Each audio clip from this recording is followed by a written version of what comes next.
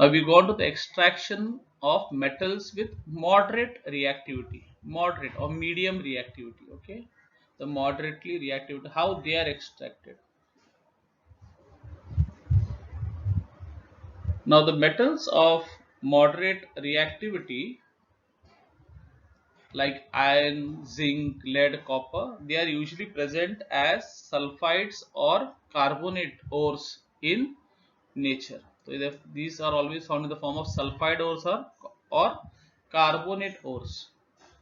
For example, iron will be found as, let's say, iron carbonate, zinc as zinc sulfide, zinc will be found in nature as zinc carbonate. Okay, either as a sulfide ore or a carbonate. Now it is easier to obtain metals from their oxides as compared to their sulfides or carbonates. So it is easier to extract the metal from its oxide than from its sulfide or a carbonate. Okay. So what will we do? Simply nothing but, if it is a sulfide or carbonate ore, we need to convert them into oxide ores. Okay. So since as I said, it is easier to obtain the metal from the oxide. So what we will do, they convert the sulfide or the carbonate ores into oxide ores. Now how do they do that? There are two processes. First process, the sulfide ores are first converted into oxides by heating strongly in excess of air, or you can say lot of air. This process is known as roasting. Okay, remember when you roast, roast a chicken or a fish, in the tandoor, you put lot of air, you blow lot of air. Just remember like that, excess of air. You have to put lot of air. So these sulfide ores are converted to oxides by heating them strongly in an excess of air, or lot of supply of air. Okay, a lot of oxygen is provided. And how do you provide? With the help by blowing the air. So zinc sulfide reacts with oxygen. When you roast the zinc sulfide ore, it reacts with the oxygen which is there in the air to form zinc oxide. Okay, so my zinc sulfide has become zinc oxide, and we saw in the second step, as I told you, zinc, it is easier to obtain metals from their oxides. So once it becomes zinc oxide, then it becomes very easy to extract the zinc from the zinc oxide. So the whole idea is, why do we do this process, is to convert these ores into oxide ores. Let's see the second step, a second method of converting these sulfide or carbonate ores into the oxide. If it is a carbonate ore, the carbonate ores are changed into oxides by heating strongly in a limited supply of air. Now limited supply, very important, limited supply. Here it was excess supply, lot of air. Limited matlab very little air. Now air, to of course you have to supply air. Without air, so you cannot, nothing can burn, because oxygen is needed for burning. Okay, but very limited supply of air, and this process is called as calcination. Let's see an example of a calcination. Zinc carbonate, okay, when it is calcinated or heated strongly in limited supply of air, it gets converted to zinc oxide. So you saw here, zinc carbonate is becoming zinc oxide. Again the same story. Why do I do this? Because as I told you in the second step, it is easier to obtain the metal from their oxides as compared to their sulfides or carbonates. Very difficult. You can extract from sulfides or carbonates, but the problem is it's very difficult, not that convenient, not that economical. So we prefer converting these sulfide and the carbonate ores into their oxides. So roasting is used to convert a sulfide ore into an oxide ore, and what do you call, calcination is used to convert a carbonate ore into oxide ore. So in this process, that ore will be changed into a oxide. It will be changed to oxide. Now, how do you remember this? I have a, well, this is a very simple way of remembering this. C for calcination is used for C for carbonate. Remember, C for calcination is used for C for carbonate ores. Remember that way. So obviously, what is roasting will be used for? Roasting will be used for sulfide ores. Simple, very easy to remember. So if somebody, for what do you do? Where do you use calcination for which ores?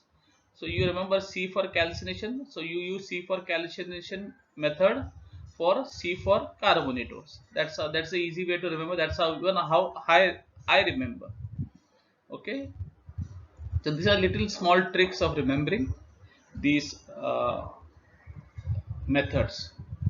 Otherwise, very confusing, no, to remember this. And what is calcination?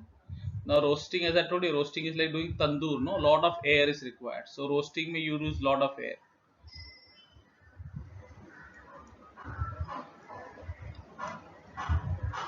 So let's continue. We'll go on to the next one.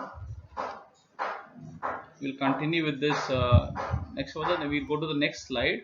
As in, now what happens is once we get this zinc oxide, remember we converted that zinc carbonate and the zinc sulfide ore into zinc oxide. Then this zinc oxide is then reduced to zinc. Reduced matlab the oxygen is, what is reduction we saw? Reduction is removal of oxygen. So the zinc oxide, the oxygen is removed from the zinc oxide and reduced to zinc by using a reducing agent such as carbon. For example, zinc oxide plus carbon gives you Zn plus CO. CO is carbon monoxide, okay? CO2 is carbon dioxide. So what kind of, so this is a what type of reaction, if you remember? This is like a displacement reaction. Remember zinc displacement. What happens? Carbon, which is more reactive, removes the oxygen, displaces oxygen from zinc oxide to form carbon monoxide. So here we see a displacement reaction.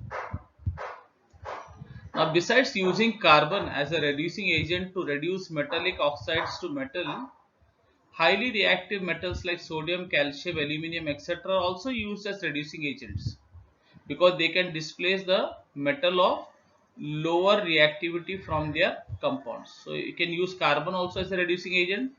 Sometimes they also use, what do they use? They use very highly reactive metals which we learned like sodium, calcium and aluminium as reducing agents.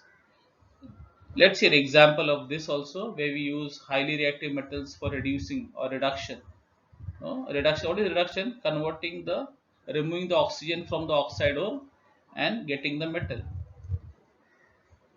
So here you have manganese dioxide, MnO2, manganese dioxide is reacted with aluminium to give manganese. Again the same story, it's a displacement reaction. Aluminium is highly reactive, as we say, as I said just now, because aluminium is highly reactive, it removes the oxygen from the, displaces the oxygen from the manganese dioxide to form aluminium oxide, and you get the manganese metal. This is how manganese metal is extracted from the manganese dioxide ore. So from an oxide ore equal dioxide ore, I got the manganese metal. How did I get it? By using a aluminium, a highly reactive metal like aluminium as a reducing agent. In this method here, up here on the top, please follow the laser pointer here.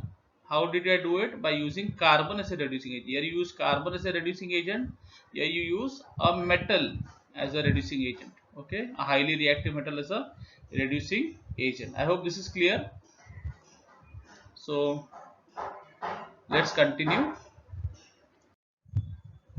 Next you go on to some interesting reaction called as Thermit reaction, okay.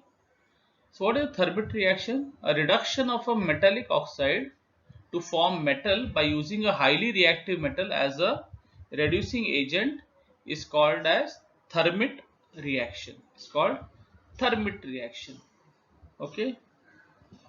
Now why is it called Thermit reaction? You'll come to know. I'll just tell you just now when I go to the second line. Now these reactions are highly exothermic. Understood why it's called thermit? The word thermit means, thermit comes from the word thermal. Thermal means heat. Remember thermal power plants or thermal energy. What is thermal energy? Heat energy. So because it is lot of heat is given out, because these reactions are highly, what do you mean highly exothermic? What are exothermic reactions? We learned Exothermic reactions are those reactions which lot of heat is released. So because these reactions are highly thermal or highly exothermic, and the amount of heat evolved in these reactions is so large. Now see, this is very interesting. The amount of heat is so large that the metals are produced in the molten state. So during this reaction, the metal is not obtained in the solid state, but the melted state or molten state. But you can imagine how much heat is being released during this reaction. So much heat that the metal, instead of being extracted in the solid state, is gets extracted in the liquid, or what you call the molten state. See, that's why they are called thermit or thermal reactions, no? Thermit reactions. Example, iron oxide reacts with aluminium to form molten iron and aluminium oxide. During this process, a large amount of heat is released. So we'll just we'll see the reaction, and then I'll give you a slight idea of how much heat is being released. You can get an idea. It's not given in your textbook, but I'll just help you. So here iron oxide is reacted with aluminium. Now what is aluminium? So you have the ore, iron oxide ore, and you are reacting with aluminium. Now, aluminium is a highly reactive metal.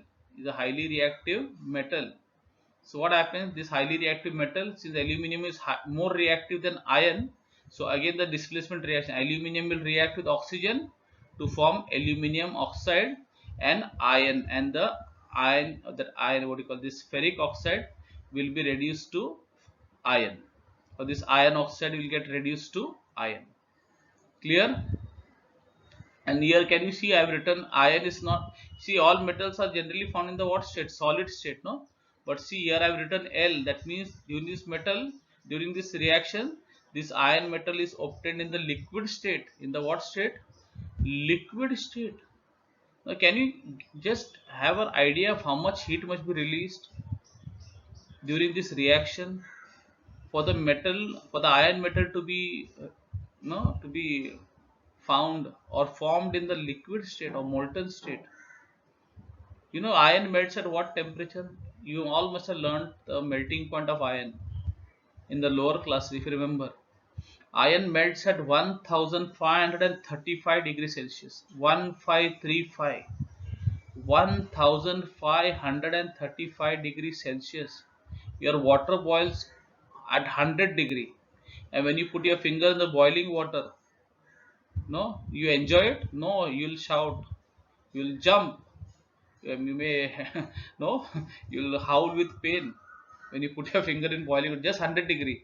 Imagine here, this so much heat is released, that much the heat is so high that the iron is getting melted. That means the heat must be more than 1535 degrees Celsius.